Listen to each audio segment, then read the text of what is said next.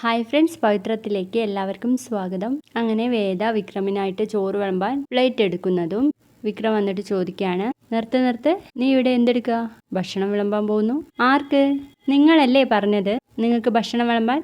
എനിക്ക് ഭക്ഷണം വേണം, പക്ഷെ അത് നിന്റെ കൈ കൊണ്ട് വേണ്ട, അതിന് എനിക്ക് ആവതുണ്ട് എന്ന് പറയുമ്പോൾ വേദ ചോദിക്കുന്നുണ്ട്, വലിയ പോസൊക്കെ കാണിച്ച് പണ്ട് നിങ്ങൾ ഉണ്ണാൻ വിളമ്പിയിട്ട് കറി എവിടെയെന്ന് വിളിച്ചു ചോദിച്ചത് ഓർമ്മയുണ്ടോ? അത് നീ ഒളിപ്പിച്ച് വെച്ചിട്ടല്ലേ? പിന്നെ നിങ്ങളെ കറിയെടുത്ത് ഒളിപ്പിച്ച് വെക്കലല്ലേ എൻ്റെ പണി. നീ എന്താടി ഒളിപ്പിച്ച് വെക്കാത്തത്? നീ ഫയലെടുത്ത് ഒളിപ്പിച്ച് വെച്ചതുകൊണ്ടല്ലേ നീ ഇവിടേക്ക് നുഴഞ്ഞുകയറ്റം നടത്തിയത്? നുഴഞ്ഞു കയറാൻ ഇതെന്താ, ശത്രു രാജ്യ? അതെ, ഈ ശത്രു രാജ്യത്തെ ശത്രു ഞാനാണ്. എന്നെ നശിപ്പിക്കാൻ വേണ്ടിയിട്ടല്ലടി നീ ഇങ്ങോട്ട് വലിഞ്ഞു കയറി വന്നതല്ല, വിളിച്ചോണ്ട് വന്നത് എന്ന് വേദ പറയാട്ടോ. അത് നിന്റെ പ്ലാൻ ആയിരുന്നു ആണോ? എന്ന കണക്കായിപ്പോയി എന്ന് പറഞ്ഞ് വിക്രം കറി ഇങ്ങനെ തെരഞ്ഞുകൊണ്ടിരിക്കുകയാണെ. കറി കാണാത്തതുകൊണ്ട്, കറി എവിടെ? മുഖത്ത് കണ്ണില്ലേ? നോക്കിക്കൂടെ എന്ന് ചോദിക്കാട്ടെ വേദ. അപ്പൊ ഇങ്ങനെ തെരഞ്ഞു കണ്ടുപിടിക്കുകയാണ് ചമ്മന്തി. ഇതെന്താ ചമ്മന്തിയോ? ചമ്മന്തി ഉള്ളോ? അല്ല, ചിക്കൻ കടായും ചിക്കൻ ലോലിപ്പോപ്പും ഒക്കെ ഉണ്ടായിരുന്നു, ഞാൻ തിന്നു തീർത്തതാ. വേണമെങ്കിൽ ഒരു ഓംലെറ്റ് ഉണ്ടാക്കി തരാം, നീ ഉണ്ടാക്കിയിട്ട് എൻ്റെ പട്ടി തിന്നും.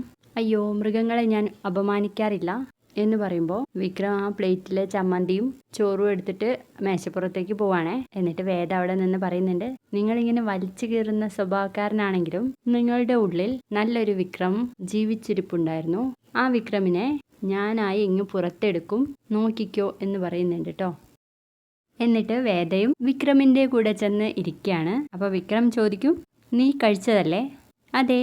എന്നിട്ട് ഞാൻ കഴിക്കുന്നിടത്ത് എന്തിനാ വന്ന് തുറച്ചു നോക്കുന്നത്? അതോ, അത് നിങ്ങൾ തിന്നുന്നത് കണ്ട് വെള്ളം ഇറക്കാൻ, എന്നിട്ട് വയറുവേദന വന്ന് ഹോസ്പിറ്റലിൽ പോകുന്നത് കണ്ട് സന്തോഷിക്കാൻ. എന്താ എന്ന് ചോദിക്കുമ്പോൾ വിക്രം അവിടെ നിന്ന് എണീറ്റിട്ട് തിന്നാട്ടോ.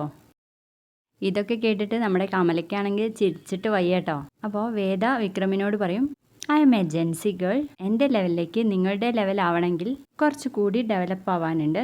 എന്തായാലും നിന്റെ ലെവലിലേക്ക് ഞാൻ വരാൻ ഉദ്ദേശിക്കുന്നില്ല എന്ന് പറയാട്ടോ. വിക്രം, നിങ്ങൾ ആരാ? ഗന്ധർവനോ അതോ കാമദേവനോ? യു ആർ എ ആവറേജ് മാൻ. തീരെ ഉയരൂല്ല, അത് കോമ്പൻസേറ്റ് ചെയ്യാനുള്ള വിവരവും എന്ന് പറയുമ്പോൾ എടീ എന്ന് പറഞ്ഞിട്ട് വീണ്ടും എഴുന്നേൽക്കാണ് കേട്ടോ. അപ്പോഴും കമല നിന്ന് ചിരിക്കുകയാണേ.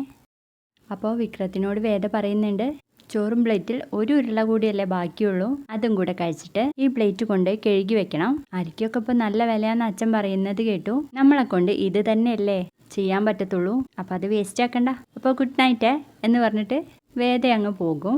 ഇതൊക്കെ കേട്ടിട്ട് വീണ്ടും നമ്മുടെ കമലയാണെങ്കിൽ നോക്കി ചിരിക്കുകയാണ് കേട്ടോ. അപ്പൊ ആദ്യം വിക്രം ചെന്നിട്ട് പ്ലേറ്റ് അവിടെ ഇട്ട് വരും, പിന്നെ ആ പ്ലേറ്റ് കഴുകി വെക്കാൻ തുടങ്ങുകയാണേ. ഇതൊക്കെ റൂമിൽ നിന്ന് എണീറ്റ് വന്നിട്ട് കമല കണ്ടുകൊണ്ടിരിക്കുക കേട്ടോ. എന്നിട്ട് വിക്രം കാണാതെ തന്നെ റൂമിലേക്ക് പോകുന്നുമുണ്ട്.